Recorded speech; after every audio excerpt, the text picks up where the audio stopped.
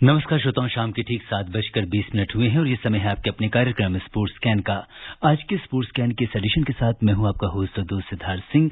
तमाम खेल खबरों पर विस्तार से चर्चा करने के लिए हमारे साथ स्टूडियो में मौजूद हैं वरिष्ठ खेल पत्रकार धर्मेंद्र मोहन पंत। धर्मेंद्र, स्पोर्ट्स स्कैन कार्यक्रम में आपका स्वागत है। सिद्धार्थ, आपको और श्रोताओं को प्यार भरा नमस्कार। सबसे पहले नजर डालते हैं अब तक की स्पोर्ट्स हेडलाइंस पर।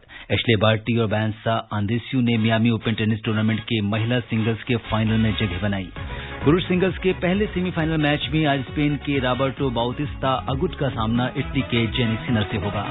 भारतीय पुरुष हॉकी टीम अपने 16 दिवसीय अर्जेंटीना दौरे पर ब्यूनस आयर्स पहुंची और वेस्टइंडीज और श्रीलंका के बीच एंटीगा में चल रहे दूसरे टेस्ट मैच के चौथे दिन श्रीलंका ने बिना किसी नुकसान के 29 रन बना लिए हैं।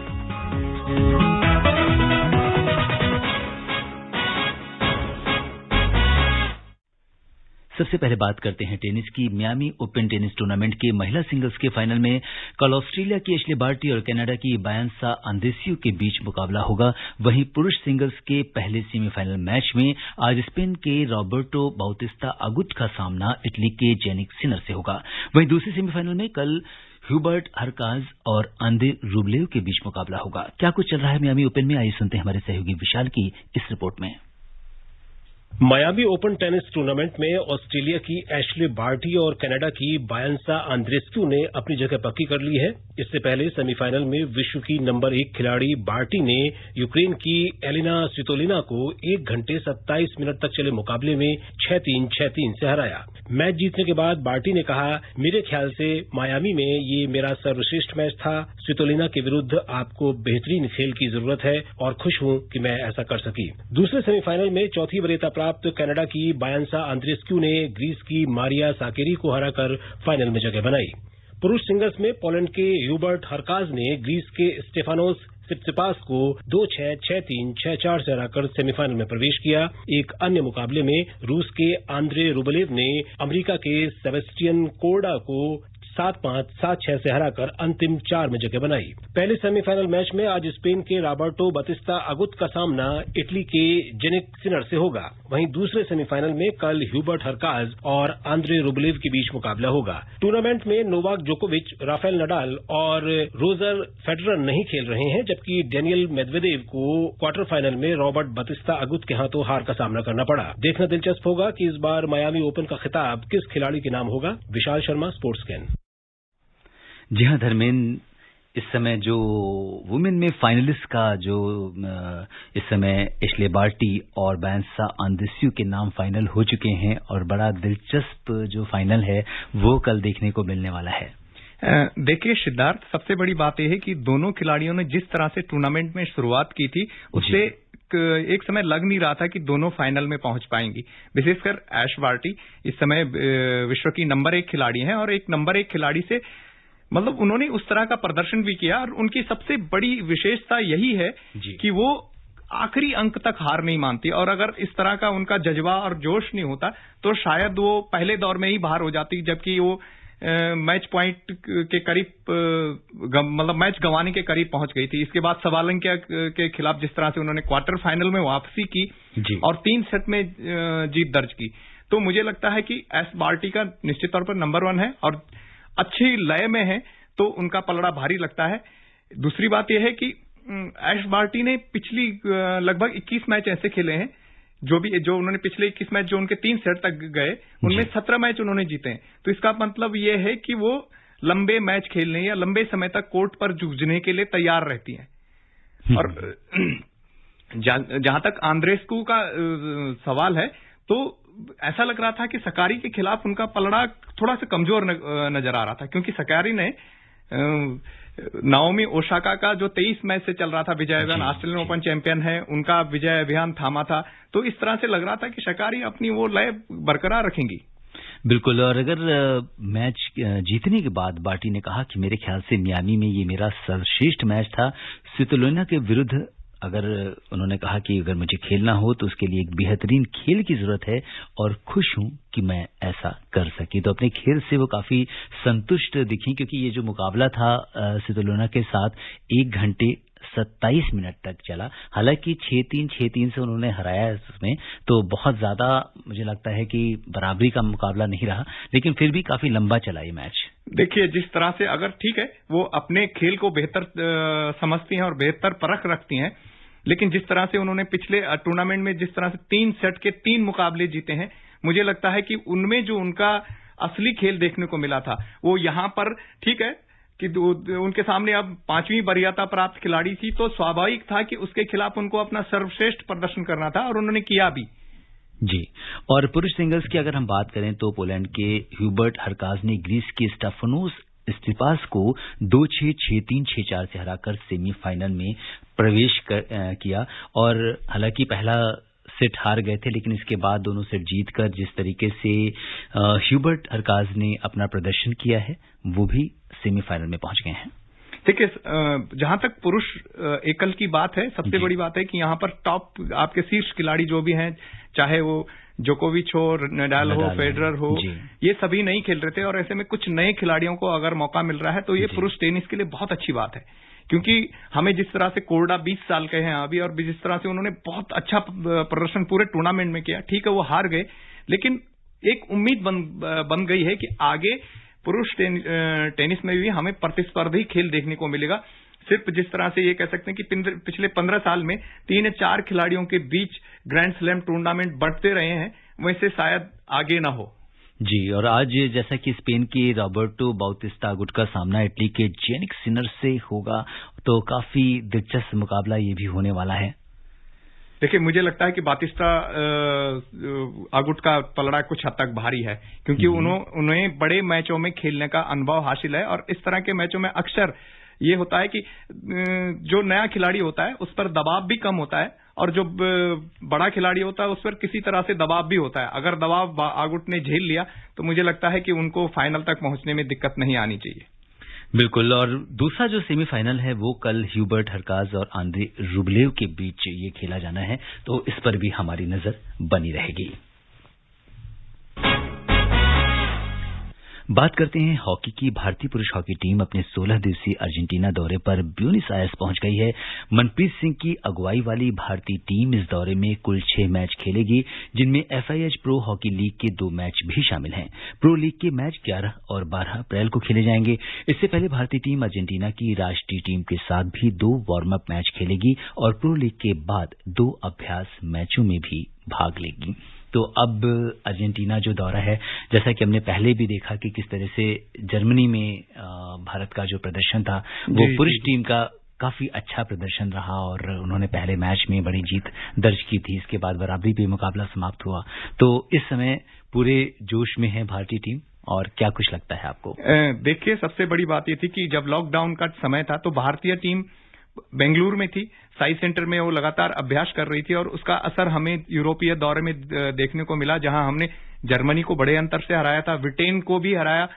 4 मैच खेले दोनों टीमों से, और दोनों टॉप शीर्ष टीमों से, और उनमें से 2 मैच जीते और 2 ड्रॉ कराए। तो एक तरह से हम अजय रहे। आपने देखा होगा कि कप्तान मनप्रीत ने यहां से जब दौरे पर गए थे तो उन्होंने कहा हमारा लक्ष्य अर्जेंटीना में भी अजय रहना है, और अर्जेंटीना को आप किसी भी तरह से कम नहीं आंक सकते। 2000 रियो ओलंपिक का वो स्वर्ण पदक विजेता है, तो स्वाभाविक है कि अगर एक टीम लगातार अच्छा प्रदर्शन कर रही है और अपने सरजमीन पर खेलेगी तो कहीं ना कहीं उसको चुनौती मिलेगी। दूसरी लेकिन भारतीय टीम का भी ये है कि भारतीय टीम का प्रो लीग का अभी तक का रिकॉर्ड बहुत अच्छा रहा है। उसने नीदरलैंड, बेल्जियम और ऑस्ट्रेलिया जैसी टीमों के साथ खेला है, और अभी तक उसने एक भी मैच नहीं गंवाया है। तो सबसे महत्वपूर्ण प्रो लीग है। प्रो लीग के अलावा जो 6 मैच यहां पर खेलेंगे, इससे भारतीय टीम को अपनी खिलाड़ियों को परखने का मौका मिलेगा कि कौन खिलाड़ी कितने पानी में है। और हमारी विशेषकर ये देखा जाए कि टोक्यो ओलंपिक अभी पास में है, तो टोक्यो के लिए हम कितनी तैयारी कर रहे हैं और टीम संयोजन हमारा कैसा है। क्योंकि कप्तान हमारे मनप्रीत यार, ड्रैक फ्लिकर, रूपिंदर पाल सिंह, वरुण, ये सब यूरोपीय दौरे पर नहीं जा पाए थे। ये सब अब टीम में है, तो एक तरह से टीम को मजबूती भी मिली है। ये कह सकते हैं कि खिलाड़ी अगर अपना नैसर्गिक खेल खेलते हैं और किसी तरह की मतलब ये कि अति किसी तरह का नाटकीय प्रदर्शन जो मतलब वो करने की कि हम बेहतर करने की कोशिश करें, अगर वैसा नहीं करते हैं, अपना नेचुरल खेल और यही रूपिंदर पाल आज ही बात कर रहे थे कि हमें अपना नेचुरल गेम खेलना चाहिए और हम अर्जेंटीना को हरा सकते हैं। तो आत्मविश्वास टीम में है और ये कहीं ना कहीं टीम के जब मैदान पर उतरेगी तो काम आएगा। जी बिल्कुल, ये आत्मविश्वास ऐसे ही बना रहेगा और बहुत ही दिलचस्प मुकाबले हमें अर्जेंटीना दौरे पर देखने को मिलेंगे।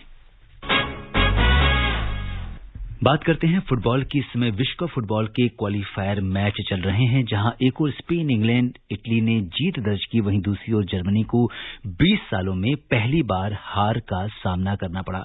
नॉर्थ मैसेडोनिया की अनाम टीम ने पूर्व विश्व चैंपियन जर्मनी को 2-1 से हराकर एक बड़ा उलटफेर किया है। और यहाँ पे जो सबसे बड़ी खबर वो यही है कि जर्मनी ने जिस तरीके से हम ये कह सकते हैं कि नॉर्थ मैसेडोनिया ने 2-1 से जर्मनी को हराया, तो ये बहुत बड़ा उलटफेर मानते हैं यहाँ पे। निश्चित तौर पर, और जर्मनी विश्व चैंपियन रहा है और जर्मनी लगातार अच्छा प्रदर्शन करता रहा है। अगर जर्मनी विश्व कप में नहीं होता है तो अपने आप ही विश्व कप की चमक फीकी पड़ जाती। जिस तरह से इटली पिछली बार विश्व कप में नहीं था, पूर्व चैंपियन है, तो कहीं ना कहीं विश्व कप में कमी खली, एक बढ़िया टीम की कमी खलती है अगर इटली या जर्मनी जैसी टीम नहीं जाती है। तो यहां पर नॉर्थ मैसेडोनिया जिस तरह से मैच में उसने पहला गोल कर दिया, उसके बाद जर्मनी वापसी करता है, लेकिन फिर से वो कहीं ना कहीं ढिलाई बरतते हैं और नॉर्थ मैसेडोनिया जो है दूसरा गोल कर देता है। और ये देखिए कि 2001 में आखिरी बार वो क्वालिफाइंग में हारे थे, विश्व कप क्वालिफाइंग में, वो भी ब्रिटेन से हारे थे। ब्रिटेन जबकि इंग्लैंड की टीम मजबूत टीम है, 5-1 से हारे थे। तो कहीं ना कहीं जर्मनी को अब पूरी तरह से अगर आपको विश्व कप में जगह बनानी है, क्योंकि मुकाबला कड़ा हो गया है, अगर अभी वो अपने पूल में शीर्ष पर नहीं है, शायद तीसरे नंबर पर है, तो वहां पर उसके लिए दिक्कतें आगे आ सकती हैं। अगर क्योंकि पूल से शीर्ष पर रहने वाली टीम आगे बढ़ेगी और फिर जो सर्वश्रेष्ठ दूसरे नंबर की टीमें होंगी वो फिर अगले दौर में जाएंगी विश्व कप क्वालिफाइंग के। तो यहां पर अगर आप जर्मनी अगर तीसरे नंबर पर है तो उसे आगे के मैचों में अपने प्रदर्शन में सुधार करना ही करना होगा। जी, और स्पेन ने कोसावे को 3-1 से, इंग्लैंड ने पोलैंड को 2-1 से, वहीं इटली ने लिथुआनिया को इस क्वालिफायर मैचेस में 2-0 से हराया। आईसीसी ने डीआरएस नियमों में कुछ बदलाव किए हैं। क्या कुछ हैं ये बदलाव, बता रहे हैं हमारे स्पोर्ट्स डेस्क से नवीन सक्सेना। भारत और इंग्लैंड के बीच हाल ही में हुई क्रिकेट श्रृंखला में डिसीजन रिव्यू सिस्टम यानी डीआरएस काफी विवादों में रहा था। इसमें एलबीडब्ल्यू पर अंपायर्स कॉल को लेकर काफी सवाल उठे थे। साथ ही डीआरएस के नियम पर दोबारा विचार करने की भी मांग उठी थी, पर इंटरनेशनल क्रिकेट काउंसिल आईसीसी ने अंपायर्स कॉल को जारी रखने का फैसला किया है। आईसीसी क्रिकेट बोर्ड और क्रिकेट कमेटी ने साथ ही डीआरएस के 3 नियमों में बदलाव किए हैं। एलबीडब्ल्यू के लिए विकेट जोन का दायरा बढ़ाया गया है। साथ ही शॉर्ट रन के मामले में टीवी अंपायर को और ज्यादा पावर दी गई है। गुरुवार को आईसीसी ने बोर्ड मीटिंग की। मीटिंग के बाद आईसीसी क्रिकेट कमेटी के अध्यक्ष अनिल कुंबले ने कहा कि अंपायर्स कॉल को लेकर काफी चर्चा हुई और इसका रिव्यू भी किया गया। डीआरएस का मतलब मैच के दौरान होने वाली गलतियों को सही करना है। इसमें मैदान पर अंपायर के फैसले को तवज्जो दी गई है। अंपायर्स कॉल का यही रोल है, इसलिए हमने इसे जारी रखने का फैसला किया। इसके साथ ही आईसीसी ने डीआरएस में एलबीडब्ल्यू रिव्यू के नियमों में कुछ बदलाव किए हैं। नए नियम के मुताबिक एलबीडब्ल्यू के रिव्यू के लिए विकेट जोन की ऊंचाई को बढ़ाकर स्टंप्स के सबसे ऊपरी छोर तक कर दिया गया है। इसका मतलब ये हुआ कि अब रिव्यू लेने पर बेल्स के ऊपर तक की ऊंचाई पर गौर किया जाएगा। अगर बॉल का 50% हिस्सा बेल्स के सबसे ऊपरी हिस्से को मिस कर रहा होगा तो उसे अंपायर्स कॉल दिया जाएगा। वहीं पहले के नियम में बेल्स के निचले हिस्से तक की ऊंचाई पर गौर किया जाता था, यानी अगर बॉल का 50% हिस्सा बेल्स के सबसे निचले हिस्से को छू रहा है तो अंपायर्स कॉल होता था। नए नियम से विकेट जोन की ऊंचाई बढ़ जाएगी। दूसरा बदलाव भी आईसीसी ने एलबीडब्ल्यू के ही रिव्यू को लेकर किया। इसके मुताबिक अंपायर के फैसले पर रिव्यू लेने से पहले खिलाड़ी अंपायर से बातचीत कर पूछ सकेगा कि क्या बल्लेबाज ने गेंद को खेलने की सही कोशिश की थी या नहीं। इससे उसे रिव्यू लेने में आसानी होगी और रिव्यू बर्बाद नहीं होगा। तीसरा बदलाव आईसीसी ने शॉर्ट रन को लेकर किया। नए नियम के मुताबिक शॉर्ट रन का फैसला टीवी अंपायर करेगा। आईसीसी ने बयान में कहा कि थर्ड अंपायर रिप्ले में इसकी समीक्षा करेगा। अगर कोई गलती होती है तो अगली गेंद फेंके जाने से पहले इसे सही करेगा। नवीन सक्सेना, स्पोर्ट्स स्कैन। धर्मेंद्र, अगर हम देखें तो जो डीआरएस के नए नियम अब लागू होंगे तो इससे क्या कुछ परिवर्तन आने वाला है? देखिए, सबसे बड़ी बात, सबसे अब भी विवादास्पद मुद्दा अंपायर्स कॉल ही रहेगा, क्योंकि अंपायर्स कॉल में बहुत ज्यादा बदलाव नहीं किए गए हैं। अगर गेंद की जो विकेट का जो दायरा बढ़ाने के, आप विकेट जोन के जो दायरा बढ़ाया गया है उससे वो बात नहीं आएगी, क्योंकि कई बार होता है कि अगर अंपायर ने बल्लेबाज को आउट दे दिया है और बॉल जो उनकी ट्रैकिंग एरिया है उससे बाहर पड़ी होती है, लेकिन वो विकेट पे लग रही होती है तो वो आउट दे देता है। लेकिन उसके उलट अगर वो अंपायर ने नॉट आउट दिया है और वो ट्रैकिंग में अगर बॉल नहीं है और बाहर गई हुई है और अंपायर ने नॉट आउट दिया है, तो फिर वो अंपायर कॉल रहता है, अंपायर का फैसला रहता है, बल्लेबाज को नॉट आउट दिया जाता है। तो कहीं ना कहीं वो एक जो बात विराट कोहली ने कही थी कि वो कंफ्यूजन पैदा करता है अंपायर्स कॉल, वो कंफ्यूजन अब भी दूर नहीं कर पाई है आईसीसी, और उसके लिए उसको कहीं ना कहीं नए सिरे से पूरा इस पर विस्तार से चर्चा करने और विस्तार से इस पर मनन करने की अब भी जरूरत लगती है। वेस्टइंडीज और श्रीलंका के बीच एंटीगा में चल रहे दूसरे टेस्ट मैच के चौथे दिन श्रीलंका ने बिना किसी नुकसान के 29 रन बना लिए हैं। श्रीलंका को जीत के लिए अभी 348 रन की जरूरत है। पहली पारी में वेस्टइंडीज ने 354 रन बनाए थे, जवाब में श्रीलंका ने 258 रन बनाए। दूसरी पारी में वेस्टइंडीज ने 280 रन बनाए थे। तो कितना बड़ा लक्ष्य मानते हैं आप, क्या कुछ होने वाला है इस मैच में? मुझे नहीं लगता कि 348 तक पहुंचना, क्योंकि 377 रन का लक्ष्य था। 348 अभी आप बता रहे हैं कि उन्होंने 29 रन या कुछ बना लिए हैं बिना किसी नुकसान के, क्योंकि जिस हिसाब से पिच टूट रही होगी तो उनके पास कॉर्नवॉल के रूप में बहुत अच्छे स्पिनर हैं। जैसन होल्डर बहुत अच्छी गेंदबाजी कर रहे हैं। कल उन्होंने बैटिंग में भी जिस तरह से ऊपरी क्रम में थोड़ा सा अपने नंबर से ऊपर आए और उन्होंने मतलब तेज तरार बल्लेबाजी की, नाबाद 71 रन बनाए। तो एक अच्छा लक्ष्य उन्होंने दे दिया है।